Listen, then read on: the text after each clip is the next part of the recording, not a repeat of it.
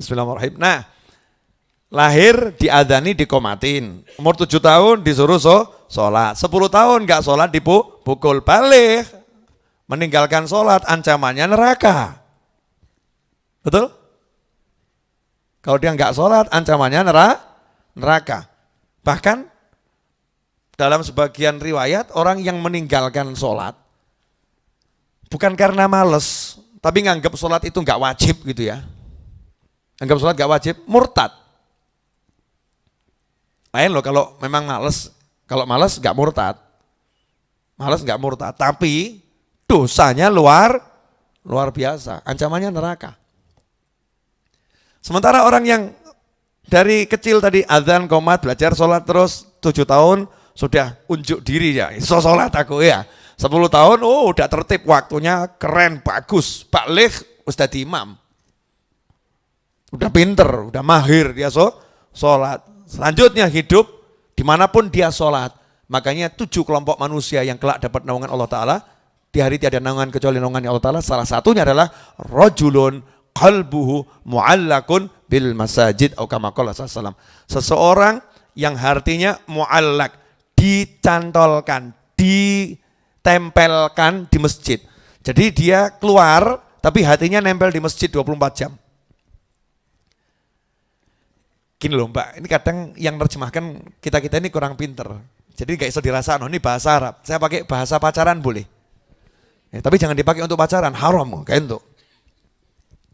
Suami istri, suaminya ngomong begini, Dek, aku akan berangkat kerja, tapi ku tinggalkan hatiku bersamamu. Maksudnya apa? Paham enggak? Aku enggak kemana-mana, aku bersama kamu dan kamu bersama aku, dimanapun aku berada. Itu cool atau enggak cool tuh? Keren ya? Berarti cintanya pol atau enggak pol? Nah, biar bisa begini pakai proses enggak itu? Pakai proses, proses. Yang dari kecil udah diproses sholat begitu, nanti remajanya juga dimanapun dia berada, hatinya itu nggak bisa pisah sama masjid. Maksudnya apa? Di jalan dia sopan seperti di dalam masjid, di pasar dia sopan seperti di dalam masjid. Yang terjadi sekarang, rajulun qalbu mu'allakun bisuk. Orang-orang yang hatinya terikat dengan pasar sehingga di dalam masjid jadi pasar.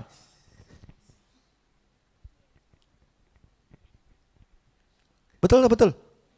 Di masjid handphone dinyalakan. Oh ya, halo, ya kirim sekarang. Oh ya, oke, ya. Oh ya, pasar ngomongnya keras-keras, teriak-teriak. Gak tahu lagi di masjid. Sementara yang satu, dimanapun dia berada, hatinya di dalam masjid. Sehingga dia selalu merasa bersama masjid. Sopan, santun, indah, menyenangkan, teduh, adem, enak. Kenapa? Saya lagi di dalam masjid. Karakter seperti ini kalau di Indonesia tercipta, kira-kira tuh orang-orang luar negeri pengen enggak pindah ke Indonesia? Pengen, karena enggak ada yang buang sampah sembarangan.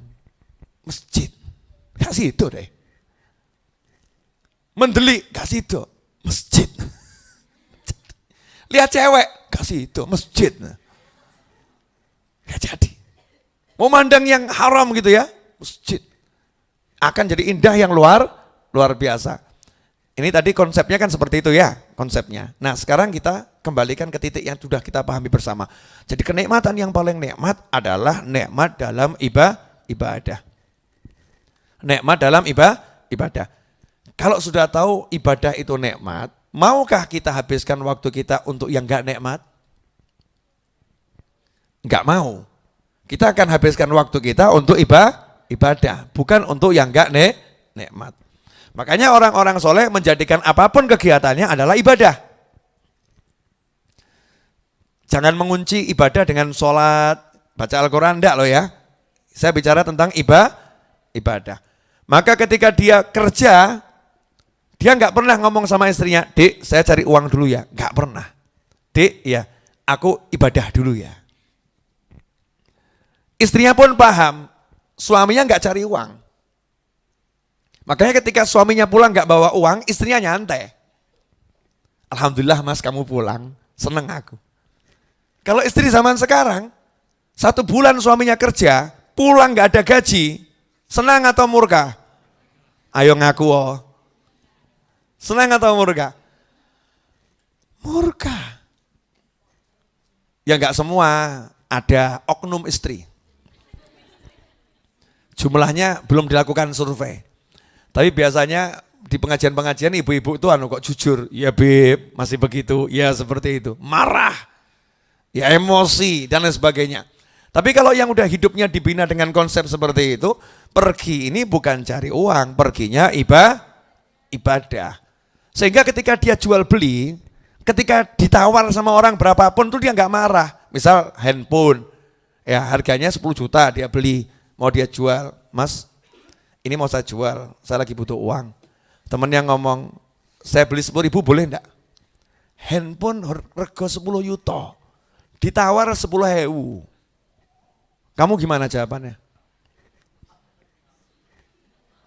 Nah, ngejak padu ngomong loh mas, mau ngajak gelut ngomong sekalian, mau menghina saya sekalian gitu, bangetan kamu tuh. Kamu ya paham harganya handphone paham, masa handphone gini dihargai 10.000, kamu tuh nggak bener itu.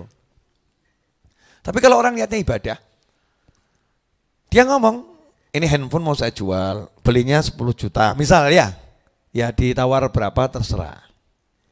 10.000, ya alhamdulillah, belum boleh.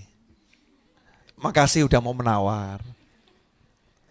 Ya, pindah ke tempat yang lain. Orang ruwet enak dok. Dia menikmati proses nawar, gak ruwet, jual gak ruwet. Dia ingat sabda Nabi SAW, semoga Allah merahmati seseorang kalau jual atau beli gak ruwet. Jadi kalau ditawar gak cocok, ya udah pergi begitu saja. Nawar gak dikasihkan, ya udah pergi begitu saja, gak ruwet. Sekarang gak ruwet. Otakmu dinggo. Rego sakmene mbok tawar sakmene, nggonen otakmu. Diotak-otaken. Ya, telepon temennya, "Aja nang toko kono kowe, sing dodolan gendeng." Gendeng-gendengan orang, ya kan ya? Kalimat yang enggak bagus yang keluar karena dia enggak dalam ibadah. Cari duit. Orang yang niatnya ibadah, maka semua geraknya ini nikmat. Geraknya nikmat.